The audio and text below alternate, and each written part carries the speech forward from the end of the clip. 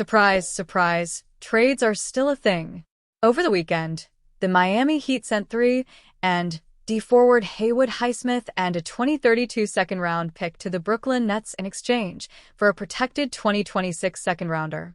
Although not a sizable trade by any means, the Heat made the swap to duck the luxury tax, which materialized, but at what cost?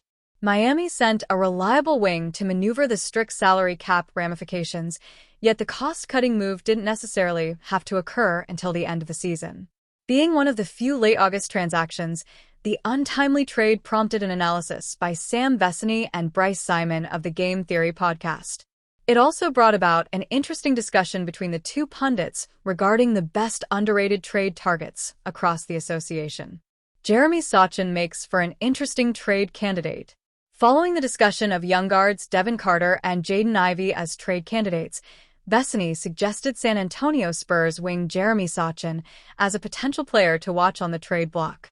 First and foremost, Sochan is extension eligible. The 2025-26 season will be the final year of the $23 million rookie contract he signed in 2022. Moreover, Vecenie provided further reasoning, bringing up the Spurs' general lack of shooting across the board.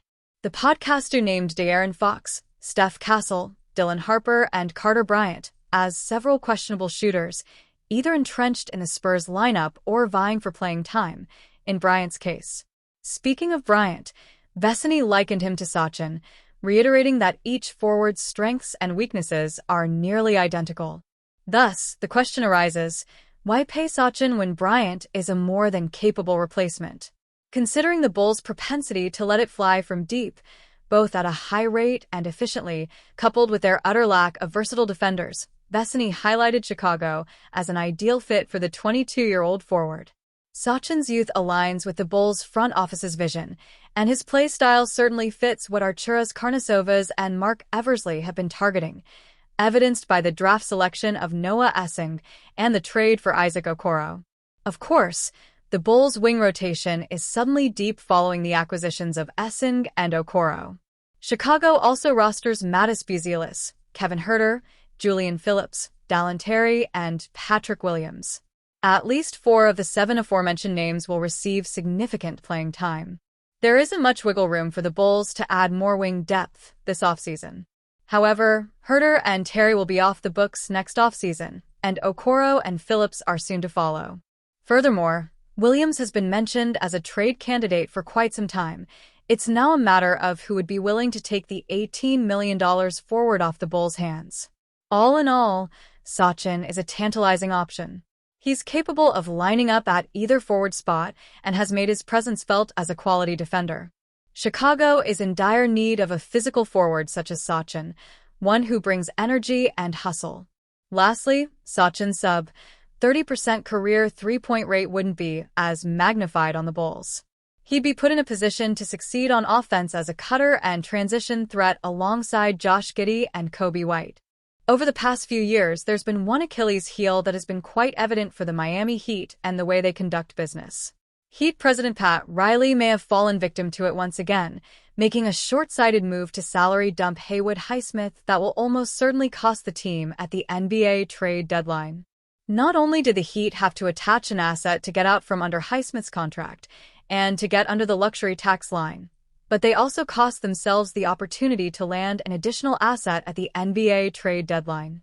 In essence, because of this rash move, the Heat finds itself in a situation in which it's, at the very least, going to have one less asset to pursue another difference-making player, perhaps even a star, via trade. The Heat were in a difficult situation. It was clear from the moment that the Heat missed out in their pursuit of Kevin Durant that one of the big goals for the team this season was going to revolve around finishing the year under the tax. However, the key is finishing the year. In theory, the Heat didn't have to get under the tax now. They had until April to remove themselves from being a tax team. There's a chance that they could have waited to make such a trade until the trade deadline, a moment in which they could have completed the same deal without having to include an asset. Of course, that was far from a guarantee, and one of the bigger reasons why the Heat elected to make the trade now. Still, if the Brooklyn Nets end up flipping Highsmith at any point this season for a second-round pick, or anything of substance, this trade is only going to look worse for the Heat. the real problem for the Heat. In some ways, it was easy to frame the Heat's motive in trading Highsmith as a way they could sign Drew Smith. While there may be some truth to that, I can't imagine this was the Heat's only reason for the trade. Sure, it was something that put them in a position to do, but at the end of the day, Miami needed to get under the luxury tax and didn't want to take the risk of that possibility not being available later on in the season. It's fair to criticize Miami, and time will ultimately tell how this trade ends up looking. But while it may be understandable, there's still no question that the Heat lost another asset in the process.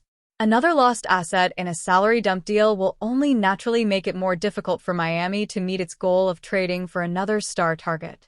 That, more than anything, should be where the criticism of this front office lands. The Miami Heat wouldn't mind trading point guard Terry Rozier. But other teams have a say in that, and from the sounds of things, those teams are saying they're not interested. According to Ethan Skolnick of SI.com and the Five on the Floor podcast, the Heat have tried trading Rozier, to no avail. Heat have been actively shopping the expiring final year of Rozier's contract, worth $24 to $26 million depending on incentives, for just about anything, but specifically frontcourt help, Skolnick wrote. They have found no takers. Other teams saw Rozier's dramatic decline as well, including a lot of over-dribbling into bad shots. Rozier, 31, averaged 10.6 points, 3.7 rebounds, and 2.6 assists in 64 games last season. It was his worst year, numbers-wise, since he was a reserve playing less than half the game with the Boston Celtics in 2018-19. He has also been linked to a gambling investigation, as Skolnick noted. Also, while Rozier was cleared by the NBA for any role in a fantasy sports and gambling scandal tied to his tenure with Charlotte prior to joining the Heat, the FBI launched its own investigation, Skolnick wrote.